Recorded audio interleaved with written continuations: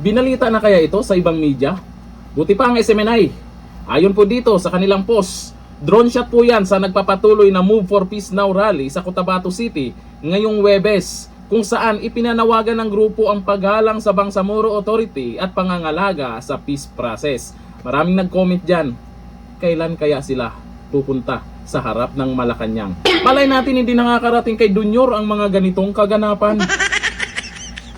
Dahil sa dami ng taong nanawagan, baka naman galaw-galaw din Dunyor pag may time. Kasi umabot po, ito ayon sa post ng Barm News Online, umabot na sa mahigit 400,000 Bangsamoro ang lumahok sa ginaganap na multi-sectoral peace rally sa Cotabato City ngayong araw, sa kahabaan ng Governor Gutierrez Avenue at sa harapang bahagi ng Bangsamoro Government Center sa Cotabato City.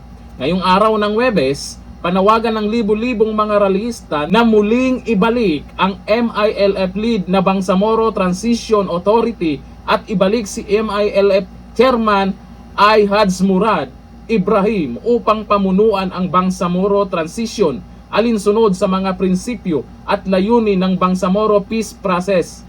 Dunyor, huwag mo nang hintayin na magalit ang mga kapatid natin dyan sa Mindanao.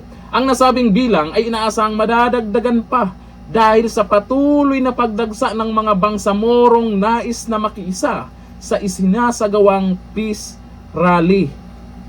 Etong mga kaganapan ngayon dyan sa Mindanao, sana naman may gagawing aksyon po si Dunyor dito. Kasi po itong mga ganap ngayon dyan sa Mindanao, hindi ko po napapanood sa ibang media eh.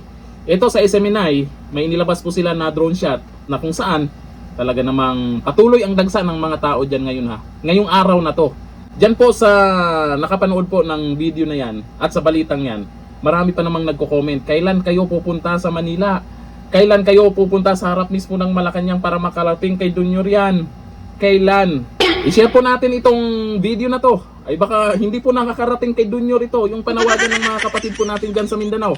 Malay natin na hindi nakakarating sa kanya. O baka manhid lang talaga siya. Ganito na lang. Thank you. Bye-bye.